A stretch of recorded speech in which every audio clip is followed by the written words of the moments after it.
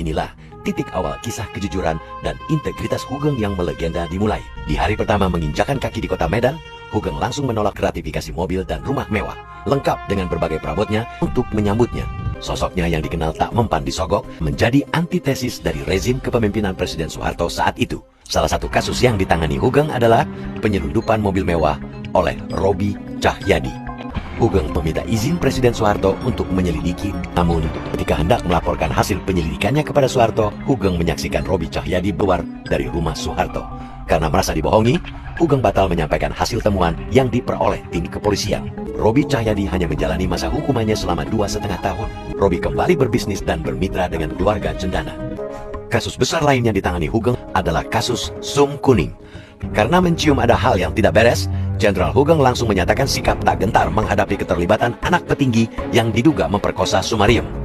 Pasca penanganan kasus Roby Cahyadi dan Sum Kuning, isu pencopotan Jenderal Hugeng dari jabatan Kapolri santer terdengar. Saat akhirnya bertemu Soeharto, penguasa Orde Baru itu tetap menawarkan jabatan duta besar kepada Hugeng. Jenderal Hugeng dengan lapang dada memilih keluar dari institusi Polri.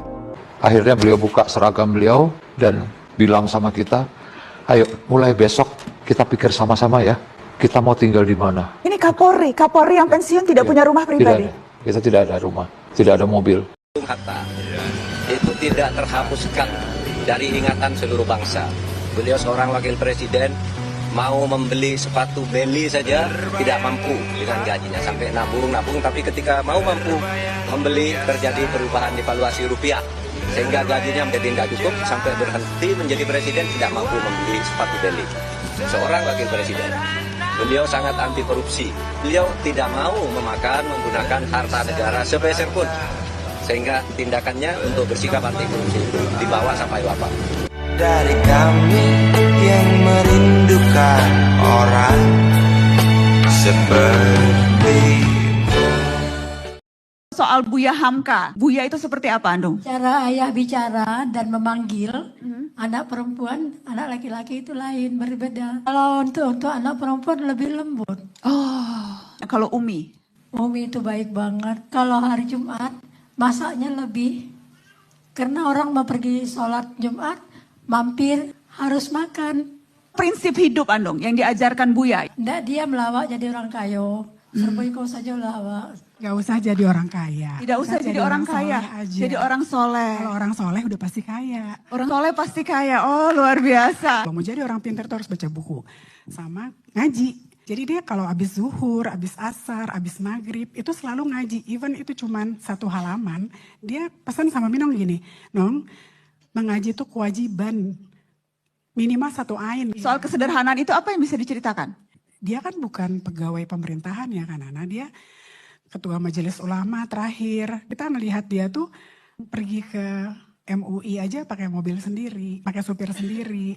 Terus nggak pakai mobil yang diberikan oleh MUI. Buya Hamka dan istrinya Siti Raham hanya punya 1 sarung. Iya. Dipakai bergantian untuk sholat. Iya. Emang dia nggak punya uang buat beli sarung. Jadi sarung itu dapat komisi dari buku, dia beliin sarung buat istrinya, baru punya 2. Itu gantian kan Nana zaman itu.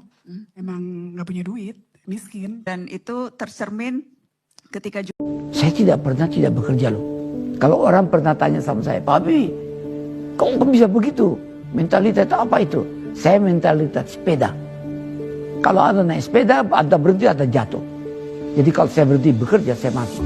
Yang penting motivasi deh. Semangat saya itu datang atas keyakinan dan kesadaran bahwa saya ini manusia. Kalau masyarakat ini makmur, ya keluarga saya ikut makmur. Karena itu saya terus tidak mau berhenti. Tidak ada gunanya Anda IQ-nya tinggi, tapi pemalas. Tidak memiliki disiplin, forget it. Yang penting adalah Anda sehat, mau berkorban untuk masa depan yang lebih cerah. Dan Anda konsisten, bekerja keras, berdisiplin, jadilah mata air yang jernih, yang memberikan kehidupan kepada sekitarmu.